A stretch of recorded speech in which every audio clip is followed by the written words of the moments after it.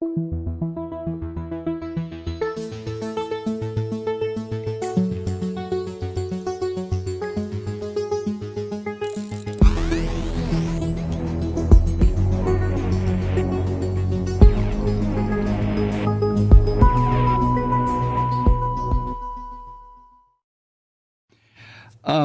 a journalist named Jessica Bruder.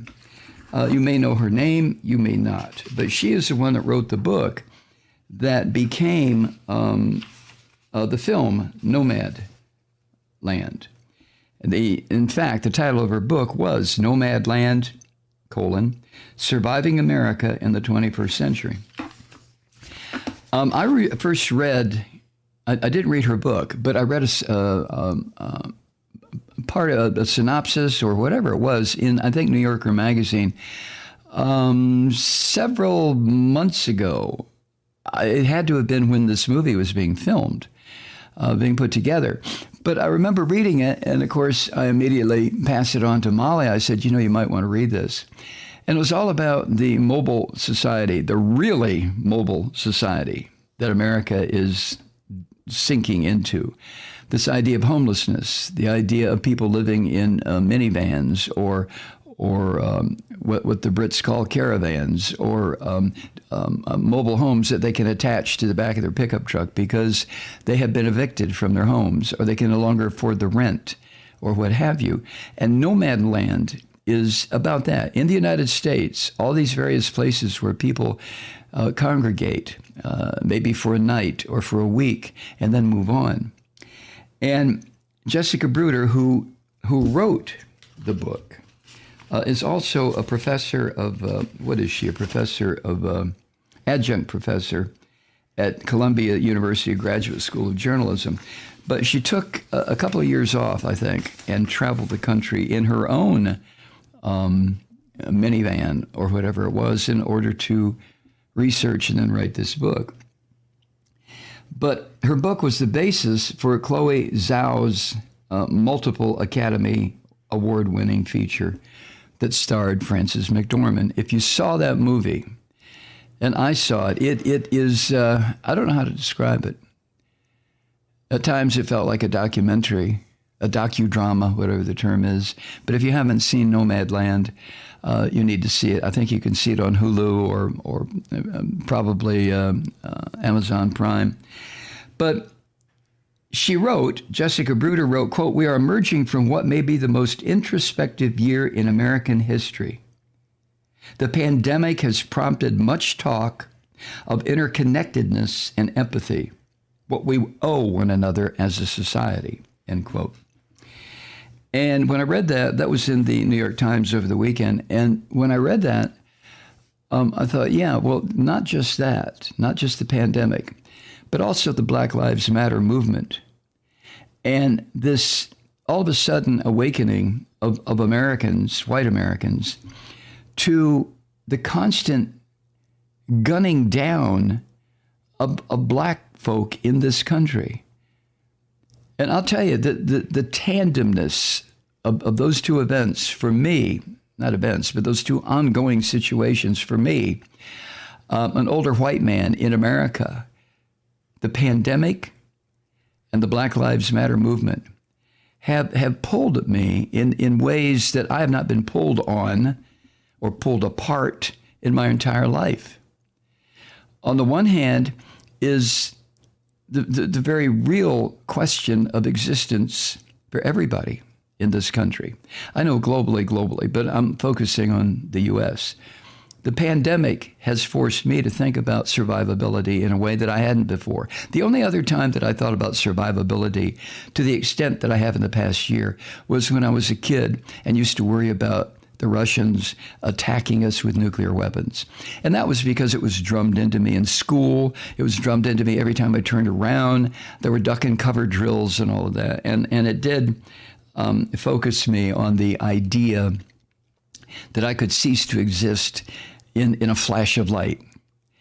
And it just became, it was so internalized, this fear of nuclear annihilation from the Russians. It was so internalized, I didn't even think about it. It just was part of me. And then coming forward all these years when the pandemic hit, At first, I couldn't take it all that seriously. Well, it's something in China. Well, it's something in Italy. Well, it's something in France. Oh, my God, it's something here. Oh, my God, 560,000 Americans have died, and the death rate the death numbers keep going up. And then these videos that I mentioned in my weekend podcast that I've seen from India, the massive funeral pyres that are out there in makeshift crematoria. Holy Toledo. So that focused my attention. And on top of that, then, the murder of George Floyd and the resulting Black Lives Matter movement, although the Black Lives Matter movement had been growing over the previous 3 years. I understand that. It comes from Ferguson, Missouri, from a murder of a black person there. But these two circumstances, the pandemic and the Black Lives Matter movement, and what prompted the Black Lives Matter movement, has pulled at me this year in a way that nothing else in my life has pulled at me, and has forced me to become conscious. I mean, really conscious, beyond the end of my nose, or beyond whether or not I have a decent couch to sit on to watch television, or whether or not there's enough sliced cheese in the refrigerator that I can go pick a piece out and just snack. You know what I'm saying? I think you do. But what Jessica Bruder said in an essay over the weekend in the New York Times is that one thing that we do owe each other is more kindness. Oh my God. I mean, how ancient is that? How ancient, how embedded in the spiritual nature of human beings is that we owe each other kindness. It's one of the foundations of every religio-philosophical idea, do unto others as you would have them do unto you, to the degree that we refer to it as the golden rule. More kindness, she says. And she goes on to say that a good place to start would be humane treatment of people experiencing homelessness and those who call their vehicle home. That's a pretty stunning sentence to me. Have you ever been homeless, truth seeker? I've had 2 instances of it, very brief, and I was on my own both times. Well, the second time I had my 4-year-old son with me. But the first time when I was 17, just turned 17, just past 16, and left my father's home because I couldn't take the violence anymore. So I left, had no place to go, and went to the YMCA in Toledo and got a room there. And, it's a long story. But that idea of moving from a home, no matter how weird that home was, into a tiny little room at the YMCA, residential part of the YMCA, with a narrow bed and a desk and a chair and a window and nothing. That's pretty scary shit. I mean, it really, really was. And then the second time, when I was in my late 30s, and there was a brief period where I wasn't writing, I hadn't gone to work for CNN yet, just kind of drifting, but I had a home. I was living with a girlfriend at the time and my 4-year-old son, Chris. And when the woman and I broke up and went our separate ways, she had a place to go to. I didn't, and we had to vacate the house anyway. And that's another long story. And that only lasted for maybe a month. And I found, I did couch surfing. I didn't know that's what it was called back in the day. But I did it for about a month, maybe not even a month, maybe about 3 weeks, Chris and me. And it was a very weird time in my life. Chris doesn't remember it. I told you, he's in his 40s now. He has a master's in nursing. He's a nurse practitioner. He works at the VA hospital. He helps repair veterans by working in the cardiac cath lab. So Chris went on to establish a very productive and giving kind of life. I love my son, obviously, and my daughter. But at that one period of time, Chris and I were couch surfers. God, I hate that term. Anyway, so in a very momentary way, I've experienced that feeling where all of a sudden you don't have a living room. You don't have a bathroom. You don't have a bed that you can sleep in, and then in the morning get up and make the bed, right? Straighten out the sheets and the comforter. Where you don't have a cabinet where you can open it up and there's the popcorn popper and there's a frying pan. You don't have a refrigerator where you keep that cheese I was talking about. You don't have any of that stuff. As a matter of fact, you don't have any place to hang your clothing. So it can be a very, disorienting, feeling to exist in that reality, even if it's a very brief period of time. But Nomadland is about longer than a brief period of time. My little brush up against homelessness was just that, a little brush up against it. The film Nomadland concerns people who are in it and who essentially are never going to come out of it. So, as Jessica Bruder wrote over the weekend, and I'm kind of paraphrasing here, but she wrote, as homelessness in this country continues to rise, and this pandemic-related eviction moratoriums are set to expire later this year, and people are going to be thrown on the street. And measures that essentially criminalize homelessness are proliferating in cities across the country. Homeless advocates, or people who advocate for the homeless, are warning that there is a severe crisis facing us. How many times have we heard that in the past couple of years, right?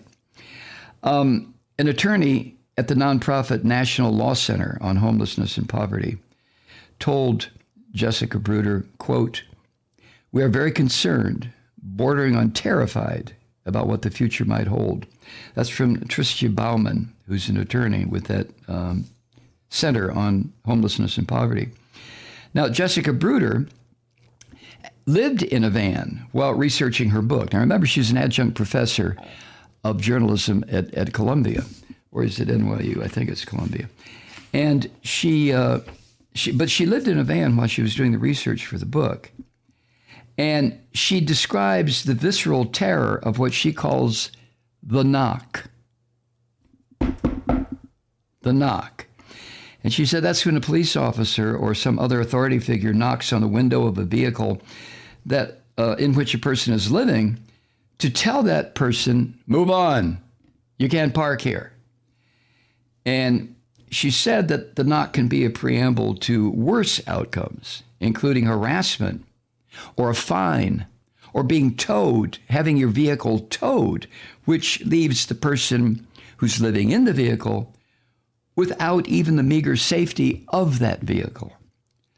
So anyway, in the film, in Chloe Zhao's film, Frances McDormand's character, Fern, is startled by just such a knock, and it's a scary interruption to a quiet meal that she's having by herself. And that's one of the more poignant, for me, parts of this movie, is to watch all of these characters. And by the way, the people in the movie, 90% of them, if not 95% of them, are not actors. These are people who were filmed by Chloe Zhao as this movie was produced. A couple of them showed up at the Academy Awards last night as guests of Frances McDormand. But she's having a meal by herself, as so many of these people do. And that's the part that, to me, is the saddest, I guess. What is it about the community feeling that is so much more reassuring when you have a meal than if you do it by yourself? I've done both. I know you've done both. In my situations, over the course of my lifetime, having a meal by myself was usually a matter of choice, not a matter of circumstance. But there's still something about it. Whenever I see it depicted in film or read about it in a book, it just tugs at me in a certain way. Can't really describe it, but it's a sad feeling, viscerally sad, a kind of sadness that is inside my gut, not in my head. You know the difference, right? So Jessica Bruder wrote that, quote, "Watching the characters panic, when Jessica saw the movie that was made from her book. She said, watching the characters panic at the sudden sound of a fist hitting her van gave me anxious flashbacks for when she was living in her own van. Then, she writes, it made me sad. Then I felt angry because that scene in the film was just too accurate. And I wished it didn't reflect the reality of how people treat one another. End quote, Jessica Bruder, the author of the book Nomadland. And this can be, the whole thing, the whole feeling she's talking about can very easily be extrapolated into the feeling that our black brothers and sisters get when they're driving down the street and all of a sudden they hear, wow. No, it's not a cat. It's that little burst from the siren of a cop car behind them. And they look in the rearview mirror and there's a cop motioning them to pull over. Right? Or if a black person is walking down the street and a cop car pulls to the curb, window comes down and the cop in the passenger side or the driver says, sir, yo, wait a minute. Stop, just a second. Stop walking. Stop walking. So the two circumstances to me don't just parallel, they intersect.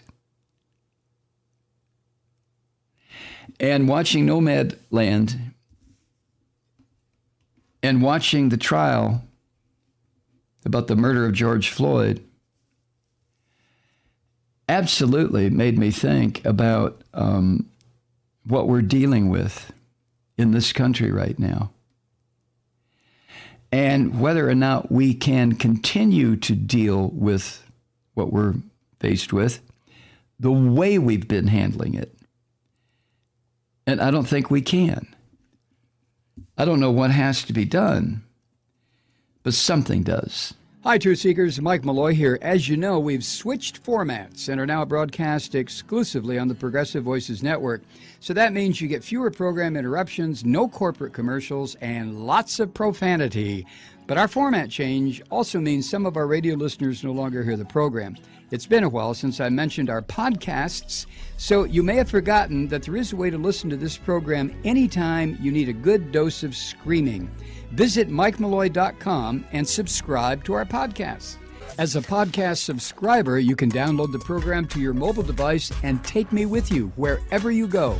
And if you have a friend who needs a dose of truth-seeking, you can give a gift subscription as well. That's MikeMalloy.com, and never miss a minute of the uncensored fun and frivolity.